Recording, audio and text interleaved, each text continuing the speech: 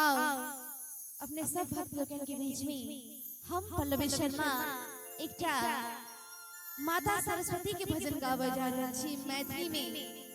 और अपने सब गोटे के नीक लगे तो कनी मीठ मीठ डाले आशीर्वाद के रूप में जरूर देवे।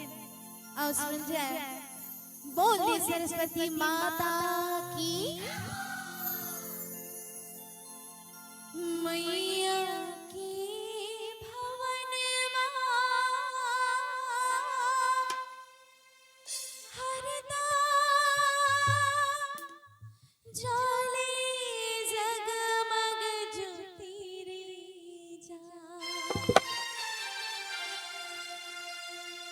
मैया की भवन